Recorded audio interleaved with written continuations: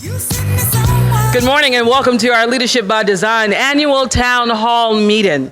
I'd like to introduce our moderator, Dr. Michelle C. Reed, who's the medical director of MS Family Medicine Healthcare. Now, Dr. Reed is no stranger to the NAACP. She is has been the past president of the State Conference of Youth in College for New York. Go on. You can do that. That's okay. And so I've been told was an NAACP Youth in College member from the time that she was born. Without further ado, your moderator for this panel.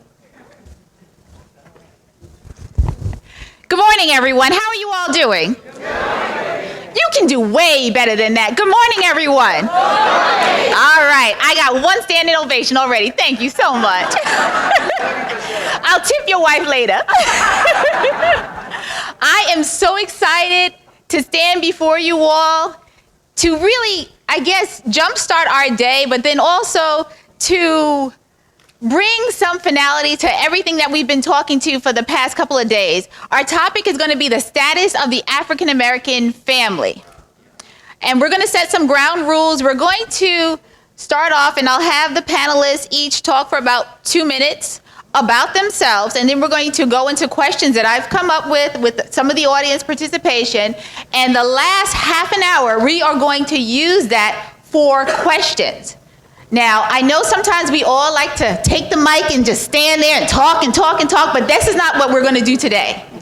I have two lovely volunteers who grew up in the NAACP just like myself, Dr. Blackburn and Miss Faith Blackburn. Now, if the two of you can stand. They look just alike. All right. They are going to be walking around and getting your questions. We want questions. We don't want comments. We want questions. Okay? No stories. No, that's right, Chairman. We do not want any stories. We are trying to get to the root of the situation here. And our panelists, they've been working really hard. Some of them took times. We had one who flew in around midnight, and looks like he's about to fall asleep, but he's gonna be a champ and hang tough with us. So we're trying to gear up and make sure we stay on board with everything. So they're gonna be walking around, getting your papers. You have a nice little notebook, which I'm going to be using. Pia, can you show your notebook, please? Just in case people didn't deep that in their bag. You have a nice little notebook with a pen. You can write your questions there, and the lovely ladies will collect it. Without further ado, I'd like to introduce a dynamic duo, Chloe and Halle Berry. Yes.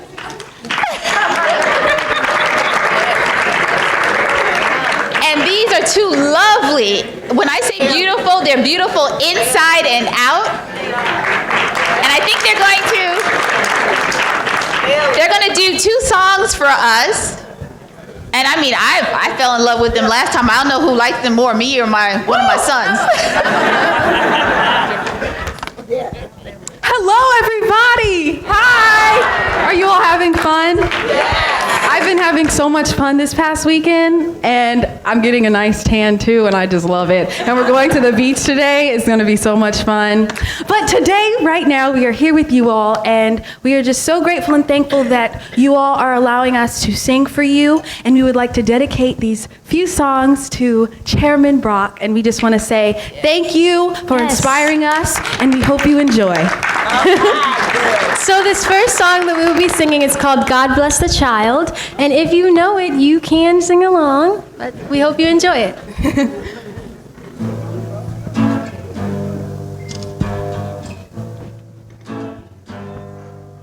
Them that's got shall get, them that's not shall lose. So the Bible says, and it still is now.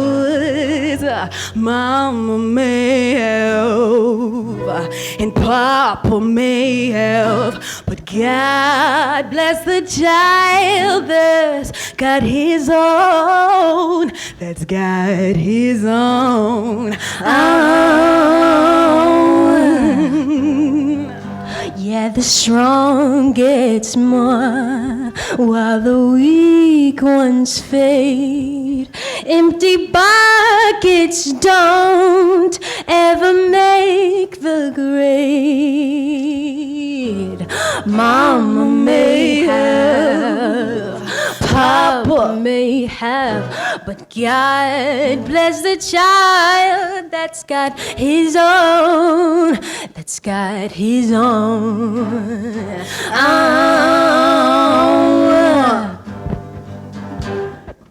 Money, you've got lots of friends crowding around your door.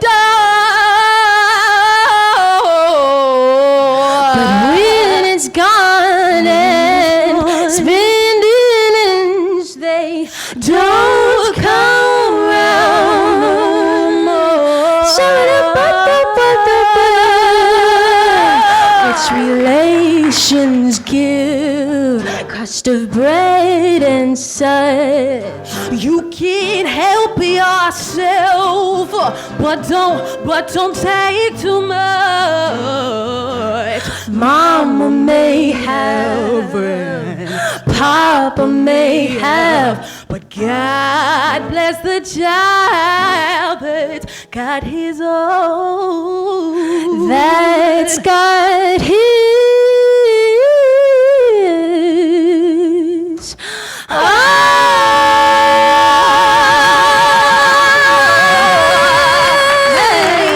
God bless the child, God bless the child. God bless the child, God bless the child. God bless the child, God bless the child. God bless the child, God bless the child. Thank you so much.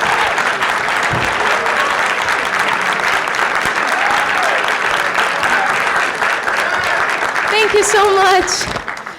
Now, this next song that we'll be singing is one of our all-time favorite songs, and it's called Song for You.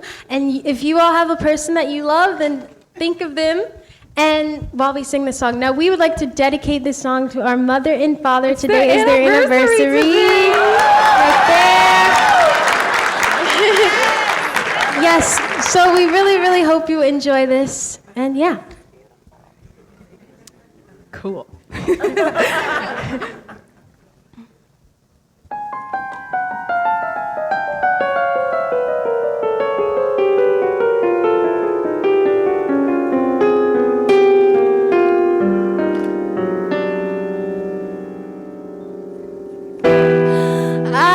I've been so many places in my life and time.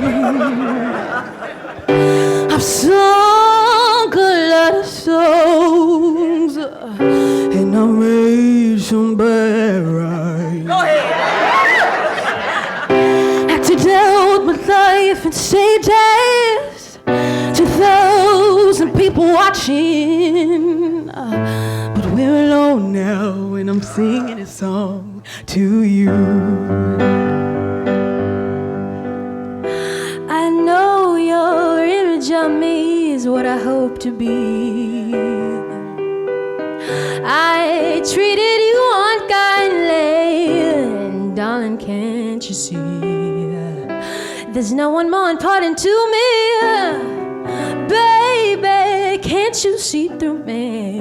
But we're alone, and I'm singing this song to you. You taught me precious secrets of a true love no longer hiding. You were in front when I wasn't hiding. Now I'm so much better, and if my words don't come together, listen to the melody, 'cause my love is in there hiding.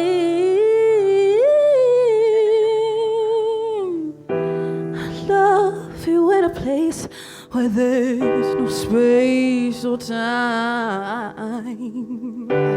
I love you for my life, 'cause you're a friend of mine. And when my life is over,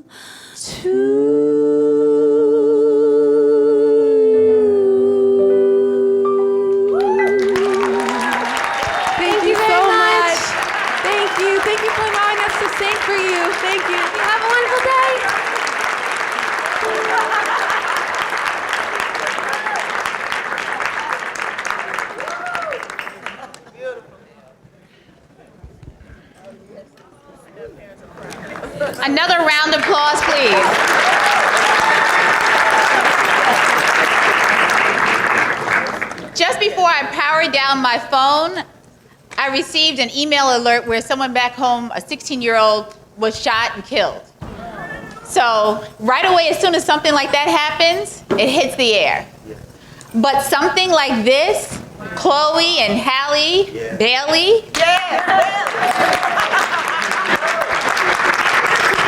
until we really learn as a people that we must promote our own people, this is something that needs to be on Twitter, Facebook, Instagram, blowing up the airways and shutting it down. All right, going on to our topic today, game changers. Show of hands. Give me one topic for a game changer. Health, voting rights, economic development, education, and economic empowerment. These are the topics that we feel all relate back to our Black family. We have a lovely, dynamic panel of people here. I'm just going to do like a little brief introduction of them. To my right, Ms. Robbie Montgomery, who is owner and resident matriarch of Sweetie Pies.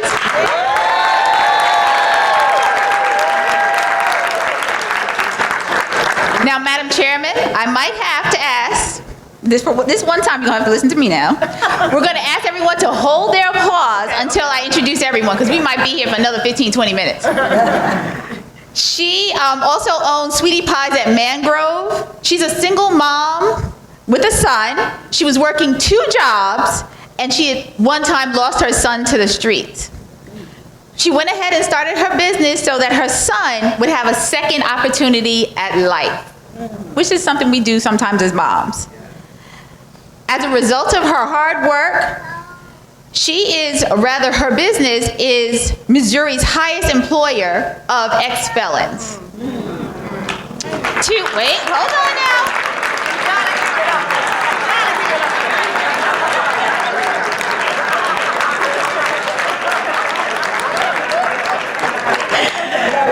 To her right, you guys have really problems with following directions. I don't know if I can handle that today. To her right is Mr. Tim Norman, who is the general manager and co-owner of Sweetie Pies and Sweetie Pies at the Mangrove. The reason why I'm not going to say much more about his story is because he's going to talk about his story in a little bit. Next to him is the illustrious...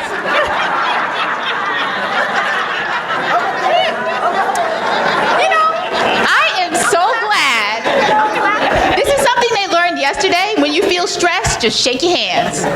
People might think you're crazy, but you're gonna feel relaxed after a few minutes.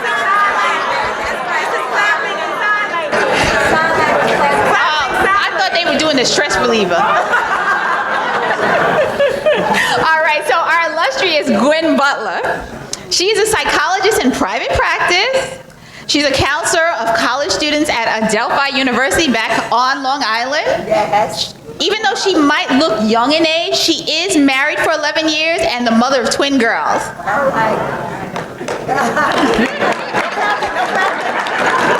happened to this? Dr. Steve Perry.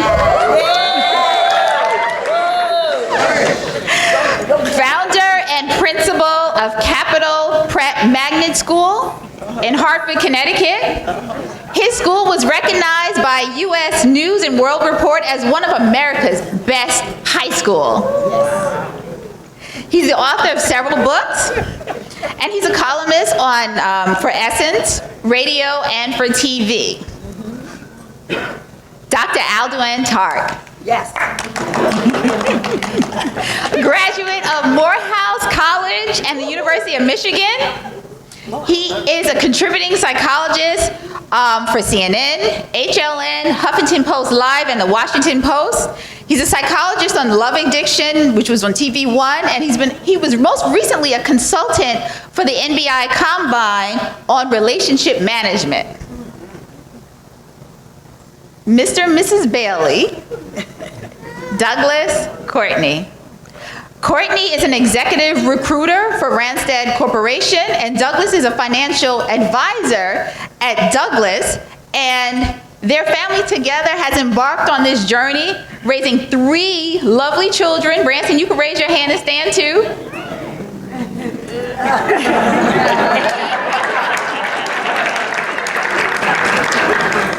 So I know as a mother of twins that, you can't give the spotlight to one without giving the spotlight to the other. So I just wanted to make sure. You're my man. And as of right now, we're still waiting for our final panelist, Aaron Spears. He had a little problem getting in, but I'll introduce him a little later. The Black family, the African American family. And when we say family, we're not necessarily talking about the family structure of a mother, a father, their children, because our family structure includes all of us that are here today. Today I wanted to go for a run at 6 o'clock in the morning. My kids didn't want to go with me. I had one of my sister friends come, Dr. Blackburn, and she watched my kids at 6 o'clock in the morning. So family, we have to think about how we consider our family and stretching out. So my first question is, for our 2 psychologists, social worker, how do you define a normal family? And then also, let's talk about what is a functional family these days. Feel free, come on now. Hello, everybody. Hi. You're all beautiful, beautiful. The family is a sanctuary, and it is importantly, the first place of relationships. It is the first place where we learn to relate with people. It is the model. We set the tone, we set the bar. We are the model for how our children will relate in the world. It is where we learn cooperation. It is where we learn healthy competition. It is where we learn healthy mistake making and rebuilding, forgiveness, resilience, all of those important values, family values. And it's important to know that if there is dysfunction in the family unit, that dysfunction carries into the world and other relationships in the form of unconscious baggage. And so the family is the sanctuary. Normal, I don't disagree. That word, I like to throw it out of the dictionary, honestly, because my normal is different from your normal, and your normal is different from his. It's about creating what is functional, right? Just as you said, it's creating what is functional. And if I can, I'd just like to look at my notes as I don't want to lose anything. We learn in the family trust. Trust, we learn that our needs will be met, and that translates into confidence, self-confidence. In the family unit, we learn courage. I love that t-shirt out there, and I'm so upset I lost a chance to buy a hat, but I got a t-shirt. I love that it says courage out there. Why is that important? It helps during the trying. It answers the questions, right? Our children want to know. They want to know. And let me say this. Every time we say, do it because I said so, we're teaching our children to be followers and not leaders. Answer the questions, okay? The courage, it translates into autonomy and leadership. What else is functional? Where they can learn acceptance through the learning process. It's okay to make mistakes, right? One of the best questions I've heard this week has been, what is the best mistake you've ever made? What is the best mistake you've ever made? Those are opportunities to grow. What does that translate into? A healthy self-esteem and self-tolerance. I can do this, right? If at first you don't succeed, that's right. That's right. What else do we learn in the family? Forgiveness. We learn resilience. I'm sorry. I hurt you. I'm sorry. I hurt you. We learn resilience. We learn conflict resolution. And one of the things I tell the parents that I treat, if the children witness the conflict, which they will, it's a normal part of relationships, isn't it? If they witness the conflict, then they need to witness the resolution. If they saw you bickering, then they need to see you make up. Kiss, embrace, say, I'm sorry. That's how they learn resolution through the conflict. And finally, and I'm gonna pass it on, they learn intimacy. We learn intimacy in our family unit. We learn to say, I love you. We learn to say, I appreciate you. You're meaningful to me. And that translates into an ability to relate meaningfully in relationships, the ability to give and to receive. That's functional. That's functional. So I guess that leads me to talk about dysfunctional. But first I want to give honor and glory to my personal Savior, Lord and Jesus Christ. All right. Also want to honor my family, my fiance, Mecca, and my daughter, Raquel, sitting in the front. And let me tell you, that was a treat seeing your daughters perform. So your daughters are rock stars now with my daughter. I saw her eyes, so I'm going to have to listen to her singing for the rest of the night, I'm sure. But when we start talking about, I spent the last 15 years, probably over 10,000 hours, helping what we would call dysfunctional families to be functional. And what I found is that there are a couple of things that we can do that sway it in the absolute right direction. And the first thing is to schedule time with our children. What I hear from kids, and I have FaceTime with kids every day, is that they do not spend enough one-on-one time with their parents. Now, I know it surprises you, but when you think about it, one-on-one time means not with the whole family, not with two sisters, not with two brothers, one-on-one, focused on tuning in without distraction, tuning in long enough to get them. Really, the essence of love is making sure that our families get us, and then we behave like we get them. So no matter how busy we are, part of making a dysfunctional family functional is scheduling at least 15 minutes a day, one-on-one, with each child, asking them about their day. There's so many times as therapists, we hear things that the parents don't. Hey, you know your daughter wants to be a singer? Yeah, they've been all over Chloe and Hallie's website. Who is that? So my first prescription, it's not necessarily medication, even though there's times that's necessary. That's a whole other debate. But 15 minutes a day. And then the second thing is putting it in order. When we think about a family, the couple comes first. I'll say it again. The couple and the marriage comes first, not last. Try it that way and let me know how that works out for you. What's going to happen is that when you have an empty nest, you're going to see a spike in divorces because you look up and you realize you didn't have a marriage. You had a family that did not really include the two of you loving each other. So the order is spending time as a family, starting with the couple every day, turning towards one another, sharing stories about your day, then spending time with the family. And then we know that families that play together stay together. So we can't spend all of our time at work trying to keep up with the Joneses when we know that our core values are instilling in our husband and our wife, taking care of our kids, and building them up into the best people that they can be. When we do those things, regardless of how your family is set up, single mom, divorced family, remarriage, blended family, nuclear family, doesn't matter. We'll be able to be successful. And when we build the couple and build the family, we can build the community and we can build the people. Now, Dr. Perry, we're talking about home life. There's enough mics here that everyone can have one. We're talking about home life, the family structure. I am so sure, because I see it as a school physician when I go into the school district, kids who haven't eaten, kids who have parents who don't do their homework or go over their homework with them. What can we do as a community, as a family unit, to make sure that our children are not left behind? All of us should be going to top schools. What's important to me about a conversation such as this is that it's both micro and macro, that it's community and individually based. And so as we leave this place, and I want you to think about when you leave here, if I could give you homework, it would be to actually do something with some of the things that you've heard here today. Because one thing that we as a community have mastered is talking. But we fall real short on doing. There's a short line of doers and a long line of talkers. So when we have a conversation about education as a black community, we have to consider the following. Everything that we want to be good at as black people, we mastered. Everything. Not education. Our children can tell what we value by the way in which we spend our money and our time.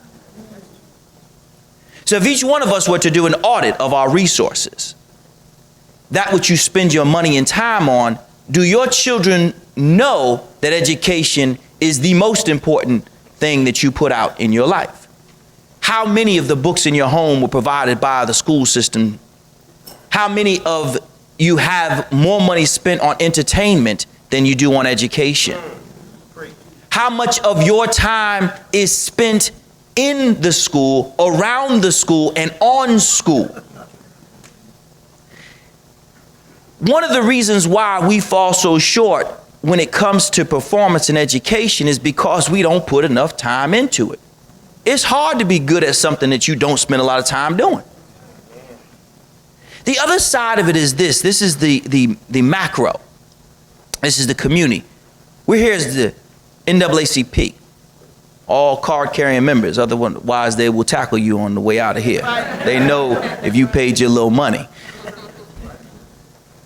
But I say to my good friends in the NAACP, we have to want for our community what we take for ourselves. Politically, the organization must represent what the community is calling for. The community is fighting for school choice on a daily basis. So many of us are either on a waiting list to get into a magnet or a charter or something, or at a private school or move to a suburb, because that's school choice too. Yes, it is. Where your child is one of 3 black kids in the entire school. That's right. So we have to want for our community what we take for ourselves. Because even for those parents who put all the time in and spend all their resources on providing a high quality education, if you lose the zip code lottery, you've lost.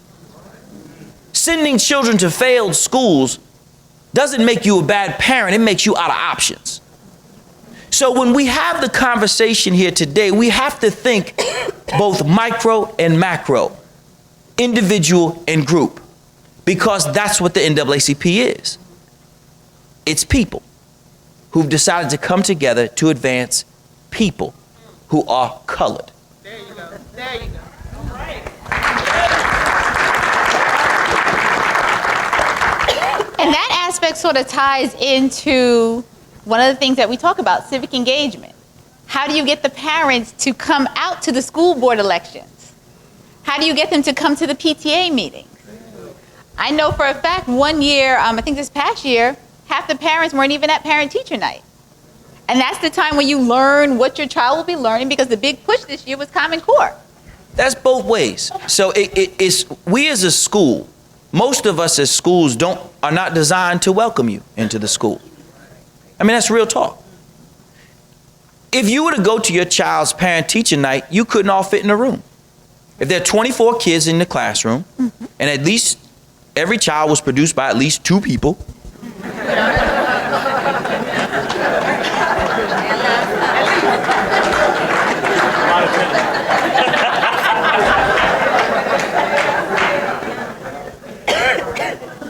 oh, y'all gonna get me started. So look here, just do the math. There's not enough room in the room for all the families to come. So one of the things that we as schools need to do is we need to create other opportunities. How many of you have schools in which they have the play in the middle of the day? That's right. Like, you don't have to go to work. So then you don't come, and then we sit there with our arms folded. They don't even like to care about their kids. Why are they not here today? Because they're at damn work. That's why. Just like you.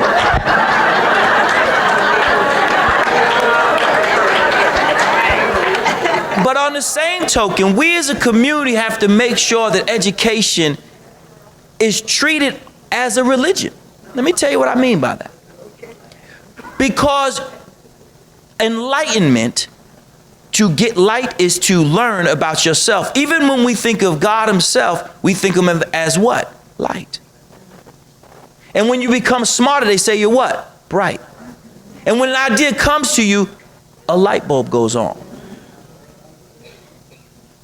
There's something about learning about ourselves that helps us find the goodness or the God in each one of us. So education is more than just learning how to read, write, and compute. It's a way to teach you how to know and love yourself. Those of us who feel good in a classroom typically feel good about ourselves.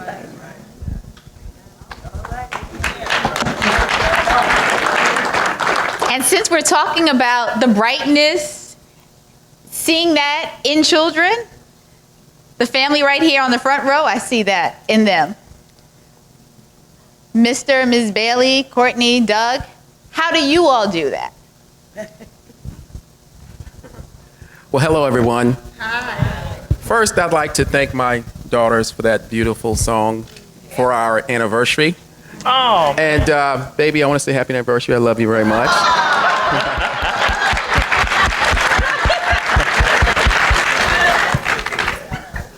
And to answer the question, there is no perfect black family. There is no formula for success.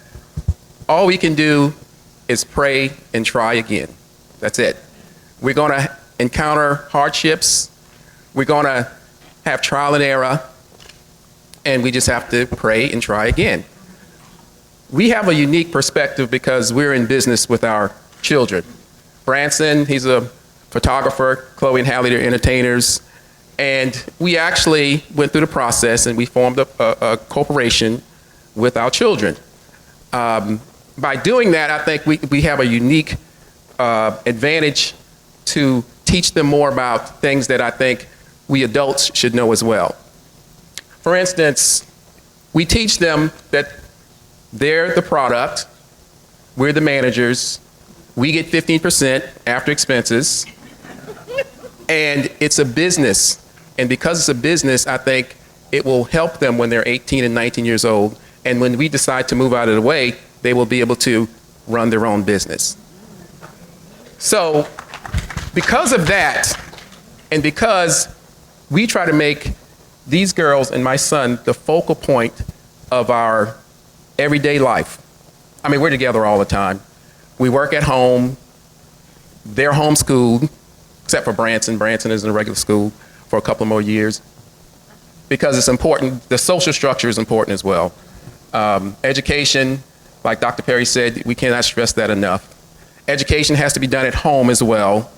When you hear your child saying you should stop them and say, don't say You know, when you see them doing something that they shouldn't be doing, you know, don't hold your tongue, and I don't.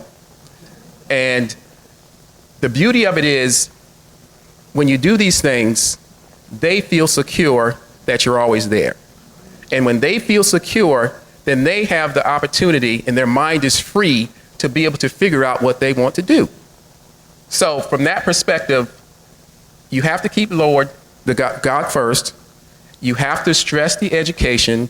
And more importantly, we have to have a love-based center that we all are involved in all the time. Thanks. Miss Robbie and Tim, I'm pretty sure you thought the two of you could just sit up there and look good. But from one business owner to another business owner, I know it is not easy. And especially in your industry. So what tips do you have for our potential entrepreneurs out here to make sure that they develop the economic stability that we all want to achieve? Well, hello everybody. For me, my main goal is my son. I had 2 kids. One is deceased, and this is my baby. He's a big baby, but this is my baby. So I was a professional singer for like 50 years, and I developed a lung disease called sarcoidosis. So, I mean, as far as I was concerned, I was a singer. I had it made. I was going to sing forever. I was a star, didn't make much money, but I was a star. So I decided that this was my life. But when I had sarcoidosis, I had to reinvent myself. I went to high school. I did a lot of postgraduate. I mean, I took classes in real estate. I was a hygienist. I did all these things in school. But when the time came for me to reinvent myself, I was too old to go back to school. So I didn't die. So I had to keep living. So this is when I decided that I would have to make another life for myself. I mean, at first when I stopped singing, I thought I really felt like I had died. But I had to go on. After I faced the fact that I wasn't going to be a star anymore, and I had to get down and work like everybody else, I turned to my family. I moved back to St. Louis. I stayed with one of my sisters until I found a place. I mean, they didn't have money, but we had love. I'm the oldest of 9 kids. My dad was a railroad worker. My mom was a stay-at-home mom. And I knew I didn't want to be a stay-at-home mom. My mom had to ask my dad for everything. I mean, it was like she depended on him. And being a single black woman, I know I did not want to depend on a man. There's nothing wrong with it, but I just haven't found that yet. So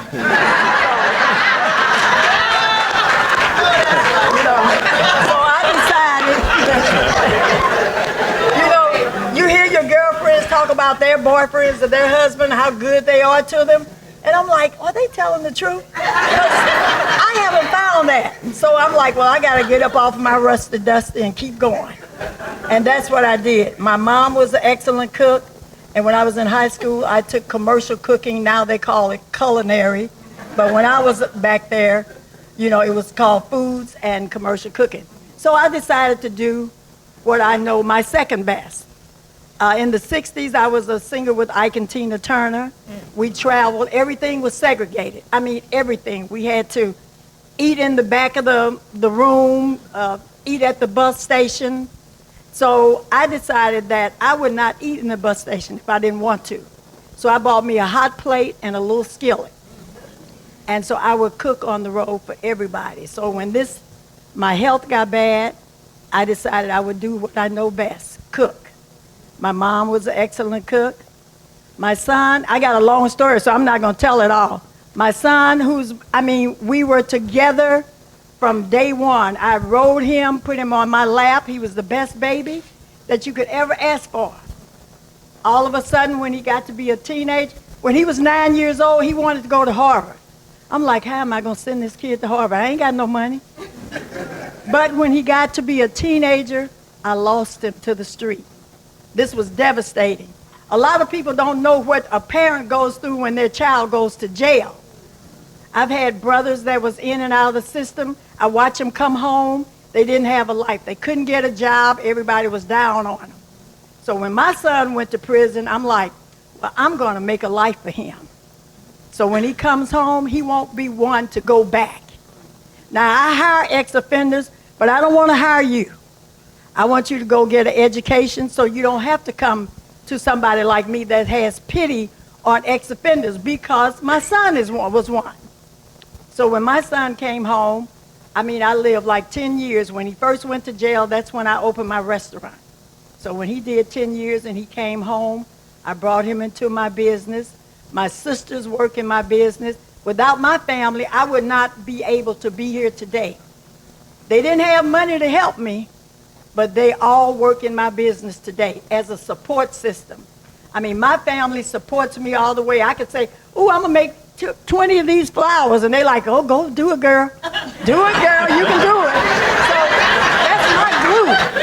That's my glue. My son is the youngest. He's got all this. He's ambitious. Sometimes I try to hold him back, but then I give him enough rope to hang himself. I ain't going to let him hang me. He's not going to hang me. So he comes up with all these, I give him his opportunity to be young and express himself. We fight, we argue back and forth, but I'm the captain of this ship. I'm the captain of this ship. And when I get ready to turn it over to him, I will be turning it over to him, and I won't be poking my nose in every day. But he's come up with all these great ideas. We've got a chicken breading to him. We got the TV show, his idea, So I'm going to let him talk because I can fill your book up. All right? Just to piggyback, hi, I'm Tim. How you guys doing? I'm the baby boy. Just to piggyback on some of the things that were said, education is a very important thing. But like you said, I never heard the term used, but you said area code lottery. And that's a very, very important point. That I think that people that are educated, that have the opportunity to get educations, they need to go back to those area codes to be examples to the people that can't get the education. Because what's normal for me was everybody in the neighborhood went to prison. Nobody had a father in the house, Everybody had a gun, So that was normal for me. And I'm gonna be honest with you guys. When we got our first TV check, what I do? I moved out of the hood, you know. And then when it happened, when I did it, I was happy because I thought about my son. I wanted my son to be in a good area code, to be that you know, 1, 2, or 3rd black kid in the entire school. But everybody I left, they like, man, where you go? We looked up, you moved. And I thought about it, I'm like, man, I did. So I was an example of, we were examples of people that are working and are obtaining things legally, but we left. So we were no longer that example to the people in the area code. So I want you all to think about how many of you do have good educations, how many of you do have good jobs, drive the nice cars, but you don't go back down to the bad area codes to show them that this can be obtained without selling drugs. You know, everybody can't be a rapper, everybody can't shoot a basketball. You know, so they have to see examples of people that did go get an education and have made a good living for themselves. Because what I saw the drug dealer with the Cadillac. My mom was at work. She's working 2 jobs. She get up and go to work, and she'd be gone 6 a.m. in the morning. Wouldn't come home till like 9, 10 o'clock at night. She didn't know what the hell I was doing, you know. But I was doing what was normal to us in the neighborhood who didn't have fathers, and we saw the drug dealers driving the nice cars, having the nice things. And they didn't go to school. We didn't see them getting it through education. We saw them getting it on their corner. You know, so I want you all to think, because when we came here, I told people we were going to Naples. When I tell you, if I told 10 people, 9 of them said, "What's Naples?"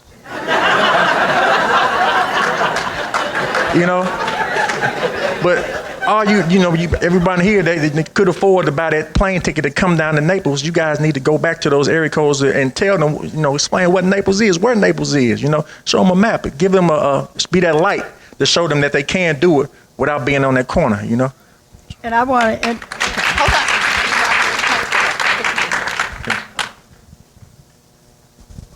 Can I just speak to that really quick as you're changing the mic? I love what you're saying, Tim, because I think it is so important to reach back. You know, we talk about the black family, but what black family we talk about? We talk about the black family. Or we talk, you know, who are we talking about? And it's so important. You know, the way we identify as a culture is we. That's the way people of color identify. It's about us. It's we. So President Barack Obama's success is our success, right? Ubuntu, a South African proverb, is I am because we are, right? So we need to, you're so right, we need to go next door, down the hall, down the road, you know, over the river and through the hood. I mean, we need to go back and get our people so that our success, right, is then part of who we are as a people. I'm so glad you shared that.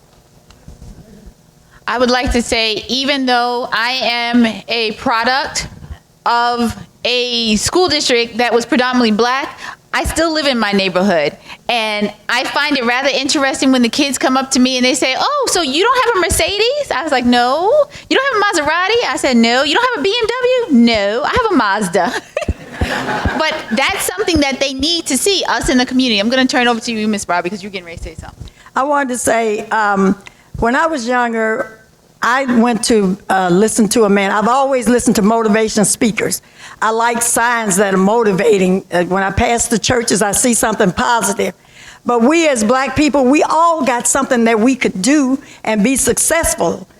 Let's give our own people jobs. Let's help our own people. I go to shelters. I speak at shelters.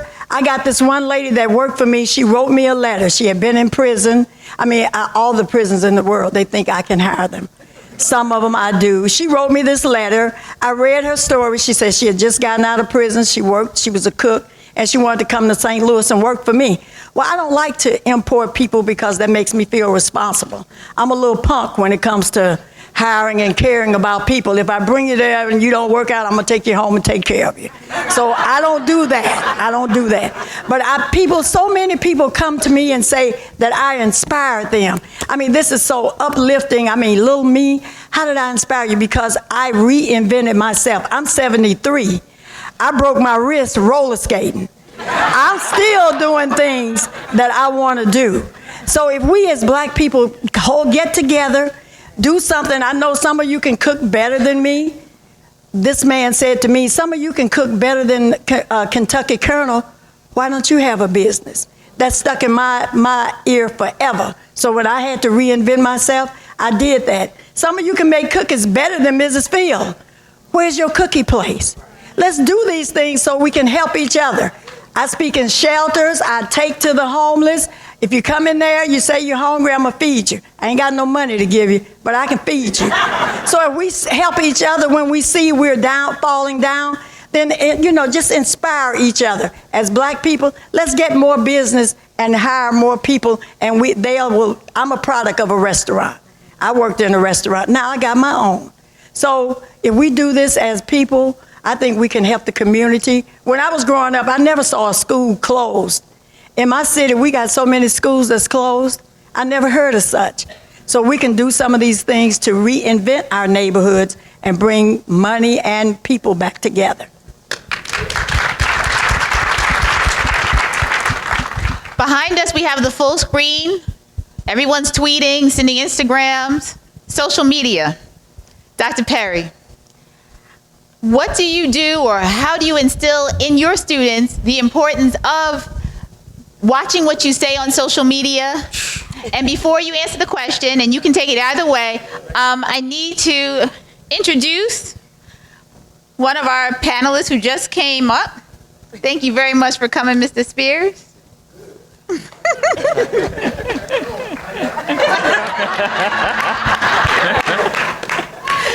So, he's my new buddy. Is your mic working? Okay, but you're gonna get a chance. He has been starring as the role of Justin Barber on the Emmy-winning daytime series Bold and the Beautiful.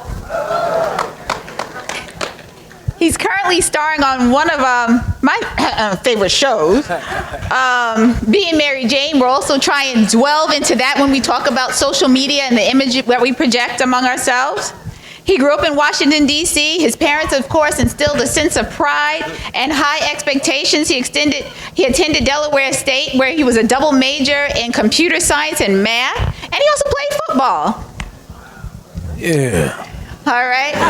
You got the whole spiel. How y'all doing? Man, I was at the airport chilling. Ride wasn't there, so hey, I'm here now. I know you guys have been talking about family, so I'm not just going to jump in. But, Lord, I would love to chip in. I don't know what you've covered. Right now, we're getting ready to talk about our image as far as social media.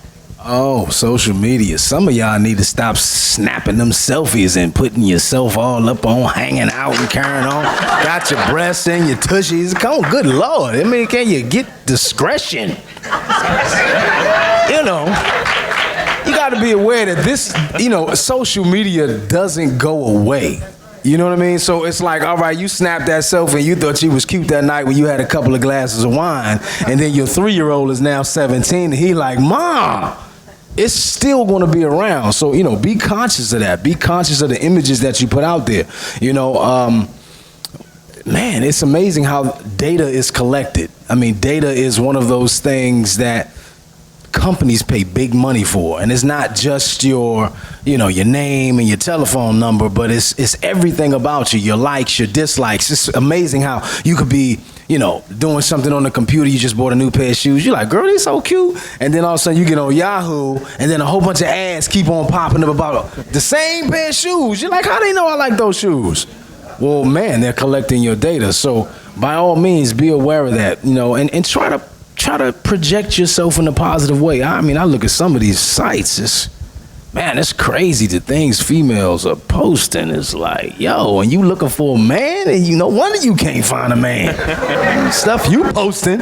So just be aware of that, and try to be conscious that a lot of things on the web, they really don't go away. You can pull your name up and there'll be millions upon millions of different photos and images and information about yourself on the web. So something to think about, I'd like to add, as a parent, with Chloe and Hallie and Branson's business, social media is very much a part of marketing and branding, with the Twitter and the Facebook. But I want to encourage, there's a lot of my friends who don't even really know what Twitter. Do you have your child's account? Are you communicating and talking to them and understanding what are the applications? What is the social media? These new applications are coming out daily. Do you know? I have to constantly come to Chloe and Allie. What's this? What's the Vine? The Vine's the latest thing. And as a recruiter, also, it is stamped. We have to be aware of what our children are posting. Educate yourself on what's the new social thing, because it can be crazy what our children are putting up there and what's stamped for life. So part of what our family, we monitor the social, the Twitter, the tweet. We're very much involved. We have their email account. We have their email addresses, their passcodes. That's very important to monitor that. So I'd like to add. Dr. Perry? One of the challenges of being a parent is the challenge of being a parent.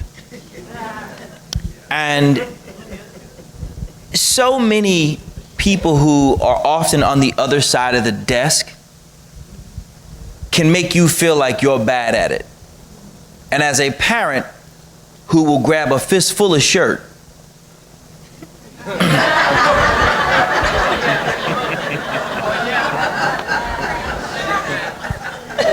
I need you to understand that I understand. And it's very easy to speak in broad terms, but there are some simple challenges that you have. As best as you think you know what you think you know about your child, you don't. And you can do all that you wish, but making declarations to you that you should know all your child's passwords, they'll just get another one. That you should know all their accounts, they'll get another one. There are some rules of thumb, though, that I think are important. It's important to me that you understand that those people who work with your children sometimes have a different perspective than you do of your child, and you ought to listen to them. So when I call you from the principal's office, it's not because I had nothing else to do today. It's because your child has lost his damn mind.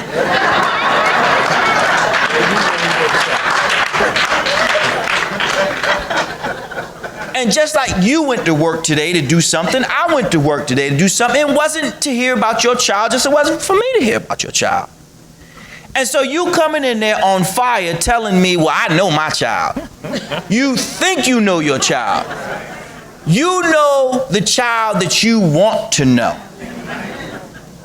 Those of us who have the most success with our children understand we really don't know our kids. Because your parents didn't know you. Some of y'all became parents because your parents didn't know you.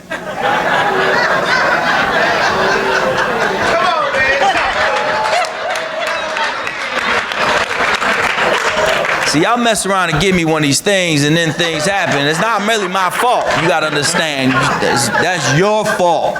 You should not have bought me the ticket. So what I want you to do is I want you to work towards understanding that all of us struggle to be parents. All of us. I've educated educators' kids. I've educated pastors' kids. And everyone in between. And everybody struggles. Everybody's got stories and struggles that they're going through. All of us.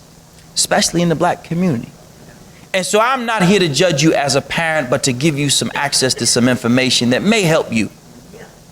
And one of those things is that communication with your child is going to be limited in part by your ability to spend time with them, as was discussed earlier.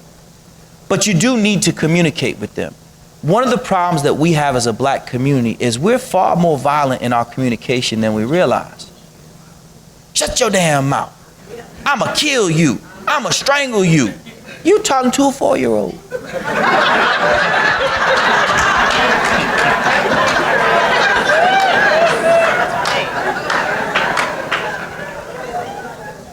Similarly, you ask a parent about their son, how is he? Bad as hell. But that's a compliment. We have to understand that we do set the tone for the way in which we communicate. I don't need to know this family, but to know that they clearly opened up the lines of communication. The affection is real that comes from them. So in the end, I want you to recognize that social media is a real beast. And there's a bunch of slick talking grown people up there. A lot of email gangsters out there who will say the most foul stuff. You're like, wow, really? You must feel some kind of way. Type it away.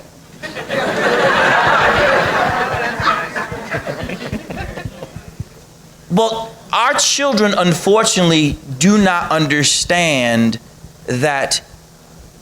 They don't understand that they're children, that they have a long life ahead of them. And they don't understand the implications of what they do. They simply do not. They don't understand that standing out on Main Street, USA in your drawers is nothing compared to putting a similar picture out on the internet. So the best that we can do is work really hard to make sure that we communicate effectively with our children, understand that there are people around your kids who care about your kids, who actually want to give you a perspective that you can use.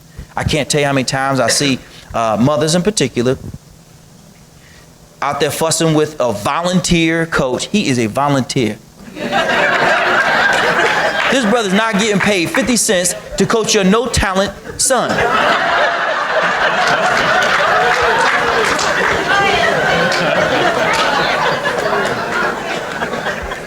He going to the league. He is 5'4".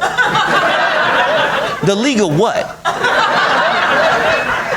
You better hope he makes it to the little league. Use the perspective of the community to help you to understand your children. Learn from individuals who are having successes with their children, and understand that each and every one of us is struggling. Every single one of us. My sons go to my school. And what that means is I get to do things in the principal's office that I've always wanted to do to your kids.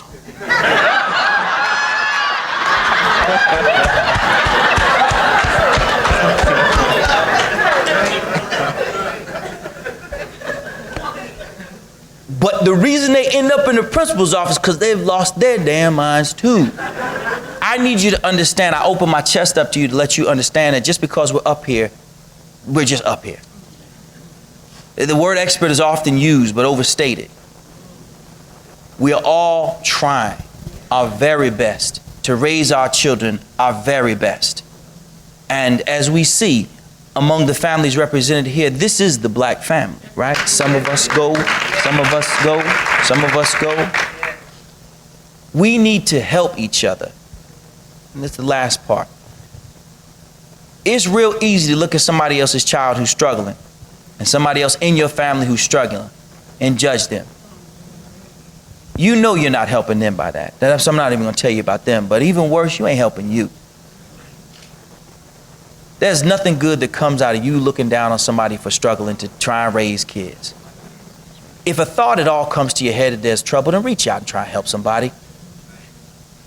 If you care so much to talk about them, go talk to them.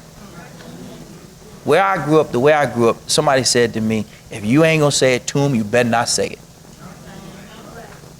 The thing that we can take from this, again, the micro, every one of us has something that we can add to the conversation to help somebody out. So one, open yourself up to help, and two, be the helper. If I could add something, I look at the positive of social media. You know, from the Bible, when you look at it, you don't use the fig tree, God's going to dry it up. But if you can use that fig tree to cultivate a people, then it's going to multiply. So when we start talking about seeing kids one-on-one, seeing kids in the office, if you can broadcast that to the nation, then we can have an impact. Last week, I had a webinar for 109 single moms talking about their relationships. So believe it or not, when the relationships are not right, they're not focusing on the kids, or they're focusing so much on the kids, they're not having relationships. And so there was a common theme I want to share with you that I think, I know Dr. Perry sees. My brother is a principal, so we're often going back and forth. We're sharing the same kids, and we look just alike. And they'll come into the office and they're like, hold up, wait a minute. What we're not doing is that we're not taking responsibility for the other end of education that Dr. King talked about. He talked about there being two purposes of education. One, intelligence. The other one, character development. We as parents, we as a community, we have to teach kids character. Here's a quick story. As Dr. Reed says, I serve as a consultant to the NBA for player development. Here's the other end. When you look at the players in the NBA, they came from those area codes. And they asked me, well, how do we pick one player over another? What qualities should we look for? They look the same on the court. And it's 5 qualities I'm going to share with you now. My daughter's going to pass around an email list because I know you're not going to remember this. So I can share it with you later, talking about social media. All right? That's her cue to get up.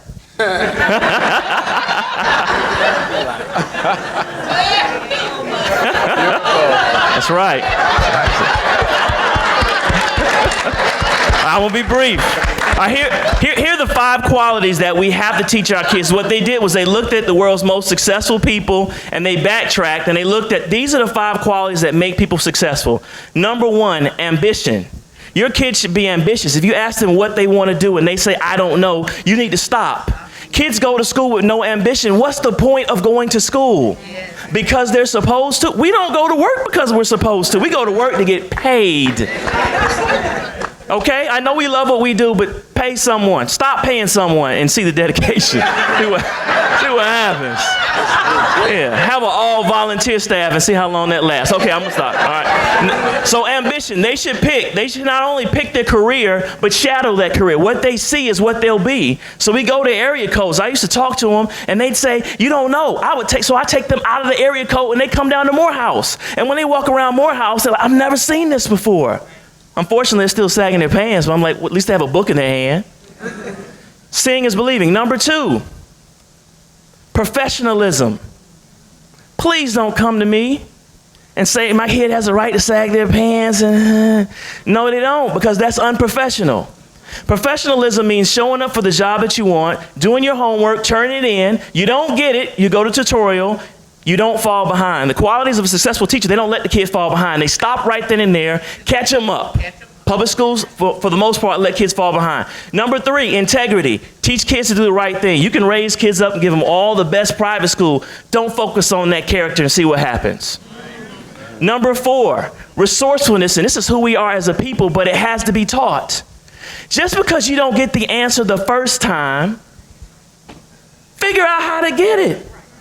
Many of us didn't know the answer, but we figured out how to get next to the boss, figured out how to talk to the receptionist, figured out how to, the person that had an A, how are you studying for this?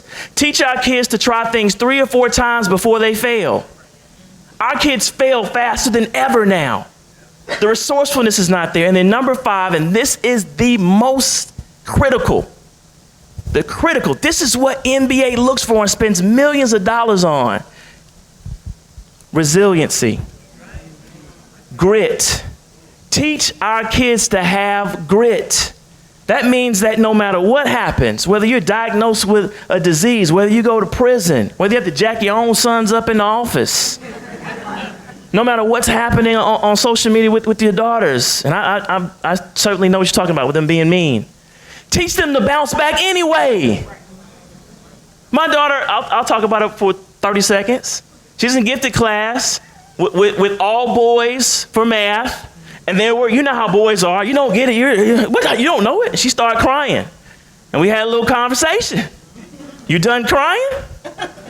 You done crying? Now get back in there and answer the math questions that we went over. Don't you stand down for anyone. And if she doesn't, she don't watch TV. Because you have to teach your kids to bounce back, because when we start talking about suicide, and we start talking about giving up, and we start talking about depression, that comes because as parents, we are not teaching our kids grit and resiliency and building them up to who we are as a people, which is a bounce back people. If you don't mind, it's some excellent points, man. So definitely give it the excellent points that everyone is making. I had an interesting career that kind of has led me to acting. I'm a father of 5, so man, I'm living everything that you guys are saying. And then prior to that, I used to teach for LAUSD. So I was the guy that they sent the children to before they went to JV, juvenile hall. So you would come to me, and my thing was, okay, I'm never trying to be mean rude, or disrespectful. But man, I'm really straightforward. And what I noticed was a lot of those kids were just looking for someone to to understand them. The reason they showed out was because when they got home, no one was there. No one was present. So through my 5 kids, I've learned, yes, you can be home, but if you're at the computer working, you're not present. You're physically there, but are you giving your time and energy to that child? Are you nourishing the small things, the questions? They ask you for something, you get up and do it. I know some people may not like hip hop. Well, I grew up on hip hop. I remember when the song first came out and I was hip hop. That was a part of me, so it still is a part of me. So when my kids are listening to music, I can actually have an input and say, yeah, he sucks. I remember no disrespect to Nelly, but I remember when he had that Black and White album. My daughter wanted to get that album. I'm like, dude, the album's gonna be whack. And what do you know nothing about no hip hop? You don't know nothing about nothing. I said, all right, go ahead and get that joint. Remember, this is your little one thing you want. I'm gonna go ahead and get you this double CD. Watch it be whack. She went on here and got that CD. Yeah, it was whack, Dad. I don't like this. So I used that as a comparison. I said, okay. So when you're in school doing your thing, when you bought that CD, you wanted that CD to be, oh, yeah, that was the bomb. I said, when you bring home C's, you means that you're average. That means you're just like that CD you bought in the house. So people are judging you and looking at you like, I mean, she all right. You're getting C's. You're not fully applying yourself. So why go out in the world and give me and express mediocrity? And so many times we settle with things, you know, from something as small as littering.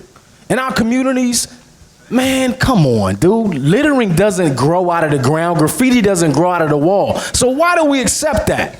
I'll have a conversation with a person about littering, and they're sitting there chewing, getting their chewing gum, and they'll drop the wrapper right there while they're talking to me. I'm like, dude, you just dropped the joint, and we're talking about literacy. I mean, mediocrity, and we're talking about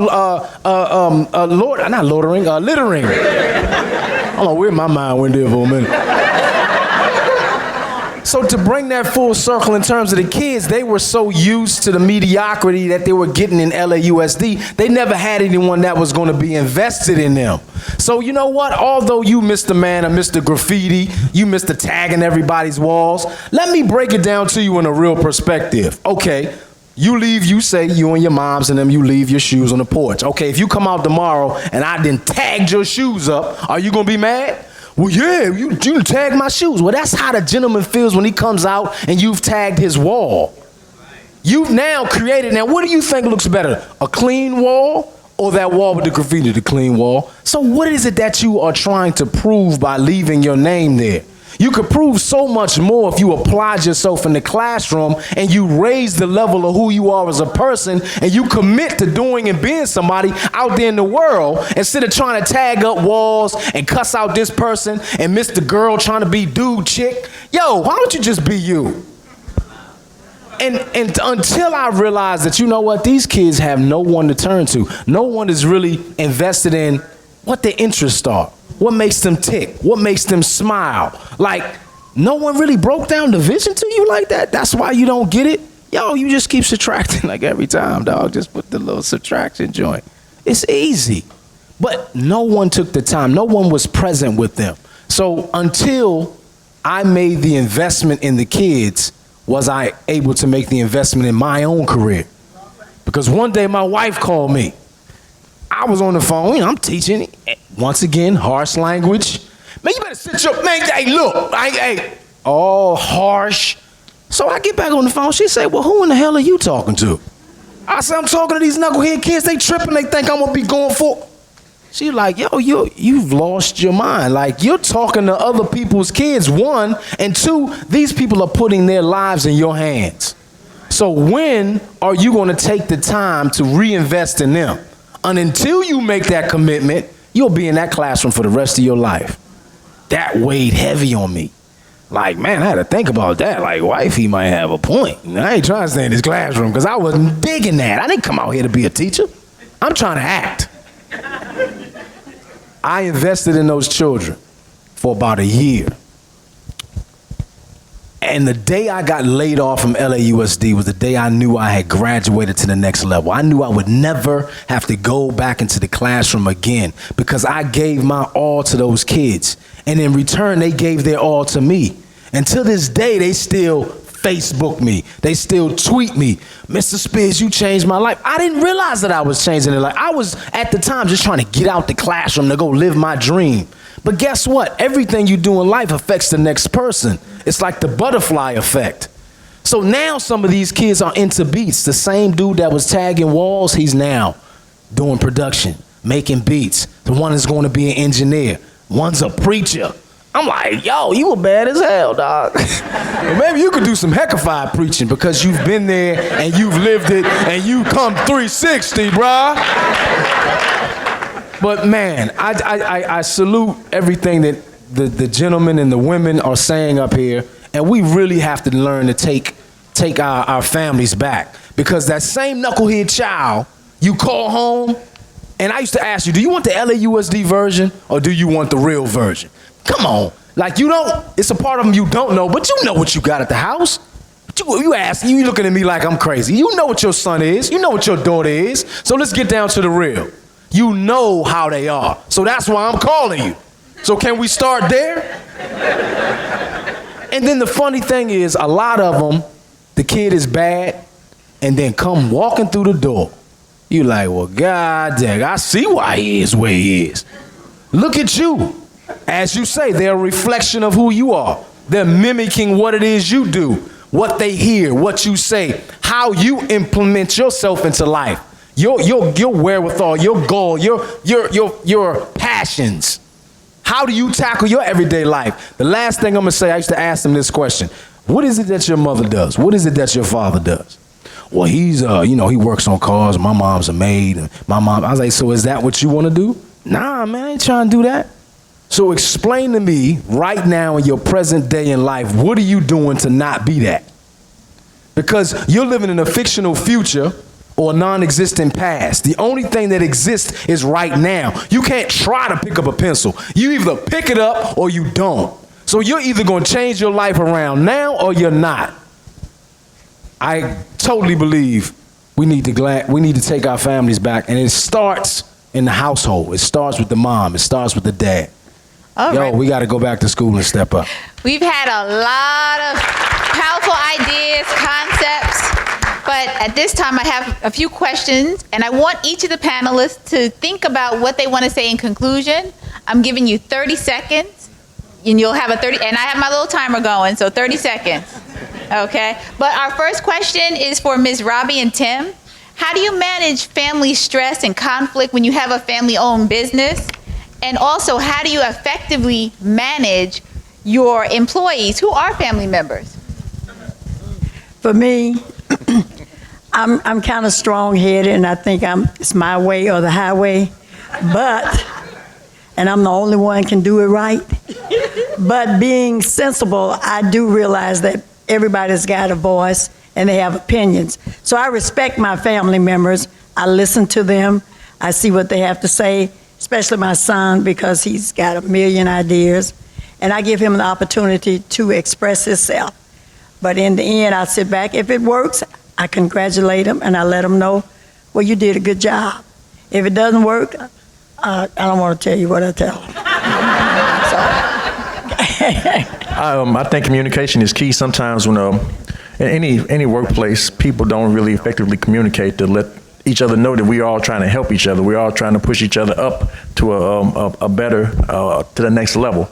So sometimes as family, we might remember something, I was mad at you last Thanksgiving because you ate up all the dressing, and say, sometimes as families, we don't see each other as trying to help each other.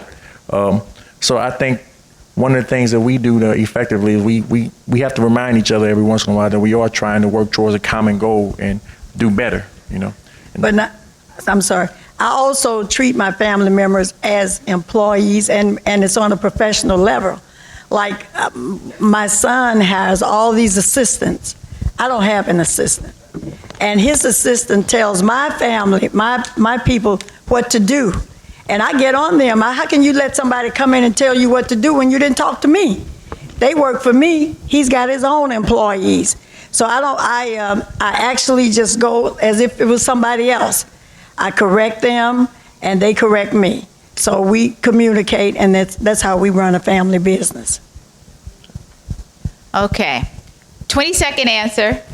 Dr. Perry, I'll give you 30 seconds.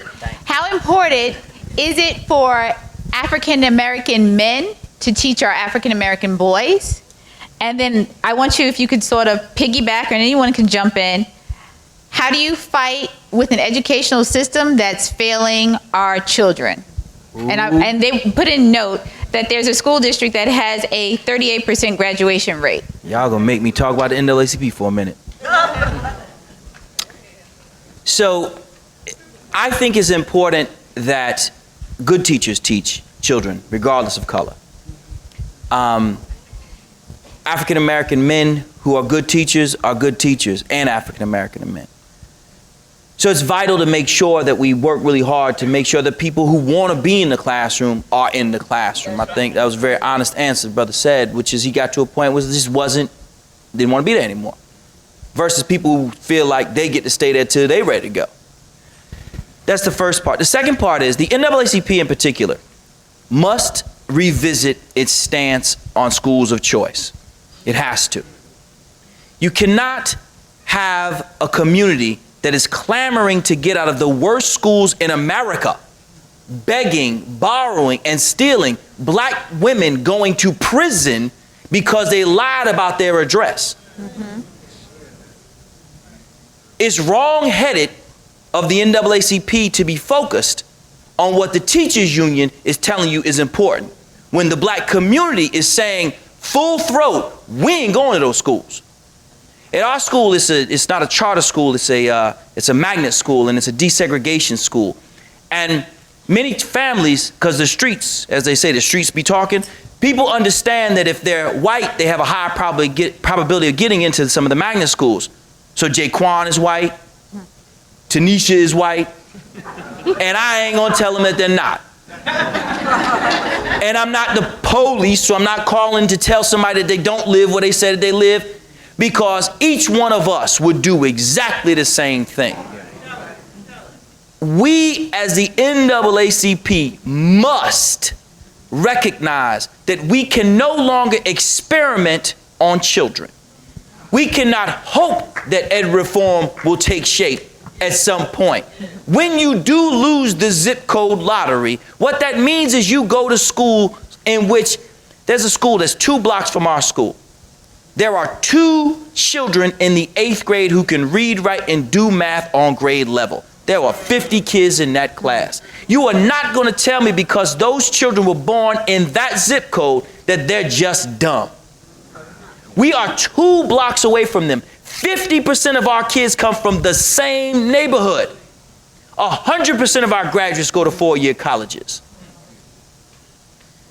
We as the NAACP must understand that sometimes with new information, we must make new decisions. I am not a charter school advocate. I don't run a charter school. I run a public school. I work for Hartford Public Schools. I am a good school advocate, which means if it's a good school, I don't care if it's a private, Catholic, neighborhood, charter, magnet, home, voucher, or online. We cannot get up here and celebrate me as an educator who educates kids in schools of choice and homeschool families and then act like you didn't just celebrate us. What made us notable is the way in which we educate. And every single one in this room participates in school choice. Very few of you send your child to one of these raggedy schools where nobody's graduating on time and the kids who are graduating don't know how to read, write, and compute. So all I'm saying is the NAACP, we must lead the way because this is how we will lose our stake in our community. People are going to stop listening to us if New York City has 70,000 children on waiting lists. Almost 90% are black and Latino. Capital Prep, my little school in Hartford, Connecticut, has 4,200 children on a waiting list. 4,100 are black and Latino. Our community has spoken. We want school choice immediately. The final part is this. All of us believe in vouchers. All of us do. Remember that thing called financial aid? Yeah, that was a voucher. That was a voucher. Food stamps. Remember that block of cheese? Voucher. Voucher. They should not have to forfeit an income and pay into a school system and not receive something from it. Whatever they're paying to that school system should come at least in a tax credit to their family. They're paid into the school system that they're not using. We have to focus, really. You know, we hear the conversation about, it's always good when people like Arnie Duncan and Hillary Clinton take African proverbs and turn it into their political platforms. How nice of them. We sure do appreciate it. Education has always been a civil rights issue. Anybody ever heard Brown versus Board education? It's this root of the civil rights movement. Emmett Till was beaten to death within months of the same situation. What moved the community was the fight for education. We were organizing black college students at lunch counters. It was teachers who organized the Montgomery bus boycott. It's always been about education. One of the first things we did when we came up out of slavery was open black colleges. NAACP, we got to come in 2014, y'all. We got to rewrite this doctrine that you've had, which is against charter schools. You can't be against something entirely when so many people benefit from it. Okay, so what I would want to do, a lot of ideas have been kicked out. Hopefully you all, if you didn't write it down, you'll remember the take-home messages that we discussed today. As we wrap up, because we're running over a little bit, I know we started a little late, but 30 seconds, I just need you to wrap up key point, and my two psychologists, social workers, one of the things is if one of you could talk about ADD, ADHD, and the other one about stress management, your top 5 tips. Ms. Robbie, 30 seconds to everybody. Whoever wants to go first. Go ahead, Ms. I would speak to stress management. Okay. I, as a psychotherapist, I see a lot of stress. Stress plays out in so many different ways. We have 30 seconds, right? Okay. I'm going to say this. Get the help. Get it. Enough with the stigma. Get the help. If you see depression, you see anxiety, you see the nail biting, watch the cues. We know our kids. If you see them, they're doing little things, it's just causing, and it looks like anxiety, it smells like anxiety, it probably is anxiety. Get the help they need, because what happens is, what we do is we hide it, and when we hide it, it becomes shame, and shame blocks the flow of love.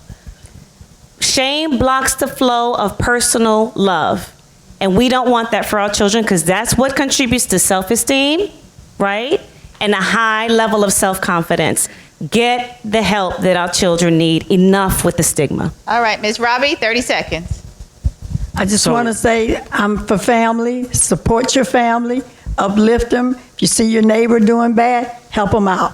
You will be blessed for that. Regarding the ADD, a minute. I need a minute. For those that have the diagnosis of ADHD, it's real. We can't act like kids didn't come into this world prenatally exposed to alcohol, cocaine, crack, and think that they're going to sit in the classroom and sit still. All right? So it's real. There's no such thing as a kid being bad for 5 years in a row.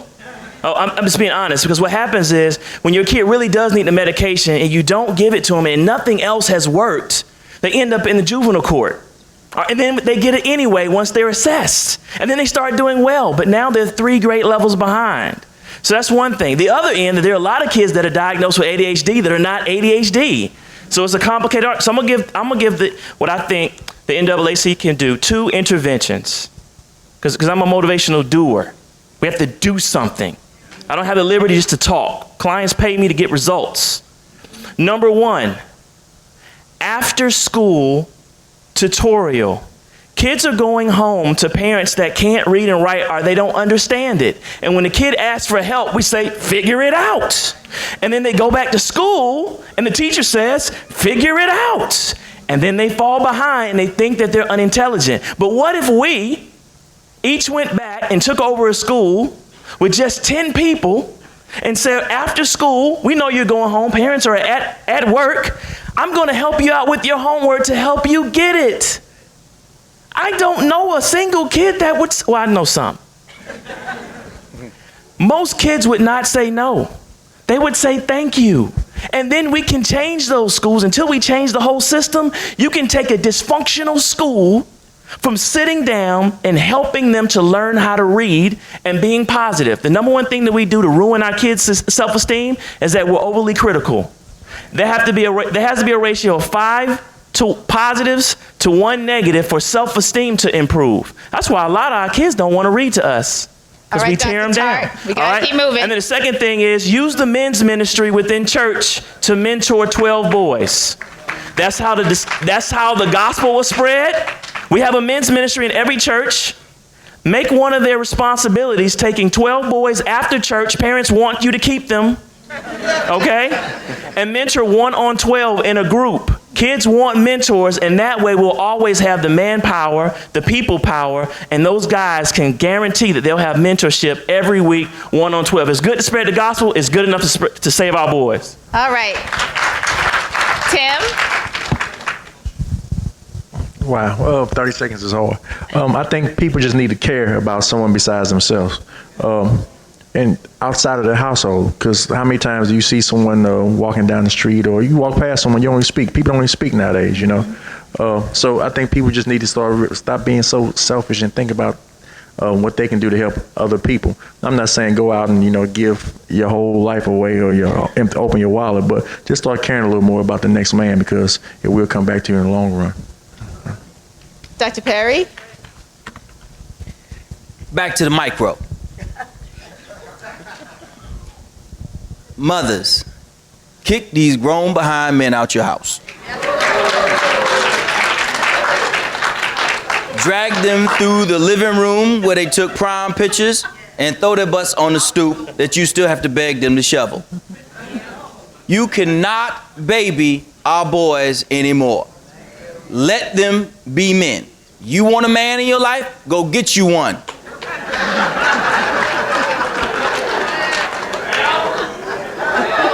Number 2.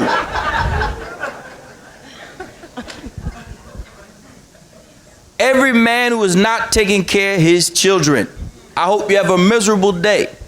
I hope you catch something that itches and burns. And I hope whatever you plan to do today goes miserably wrong. The point is that we as a community can no longer afford children who are not being raised. So very simply, we call it old school parenting. Children have a place. You are grown, they are not. Until such time as you live in their house, they live in your house. And you get to make every single rule. And they don't have to make sense, because it's your house. And anybody who comes to your house follows your rules. Especially children. Final point is this. As a principal, I do not have conversations with children. I am grown, you are not. That gives me certain latitudes that you have not yet earned. It ain't about degrees, it ain't about certifications, it's about years in the game. I got more than you. Shut your mouth.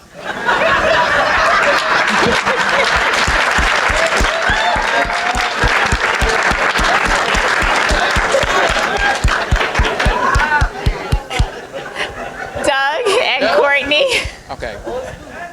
Well, I'd just like to say as a final thought that we have so many talented African American children. So many with they can write, they can draw, they can paint, they can sing. What we need to focus on as a community is providing them access. How can we get these talents out so the world can see, so that they can too shine?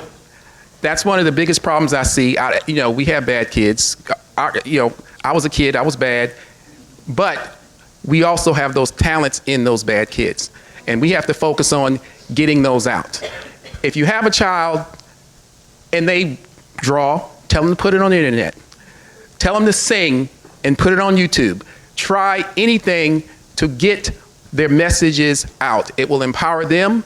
It will make them better because they're doing things, and the entire community as a whole would be better. That's it. Yeah, I'm after you. Ditto. All righty, Courtney. Good job. And Eric.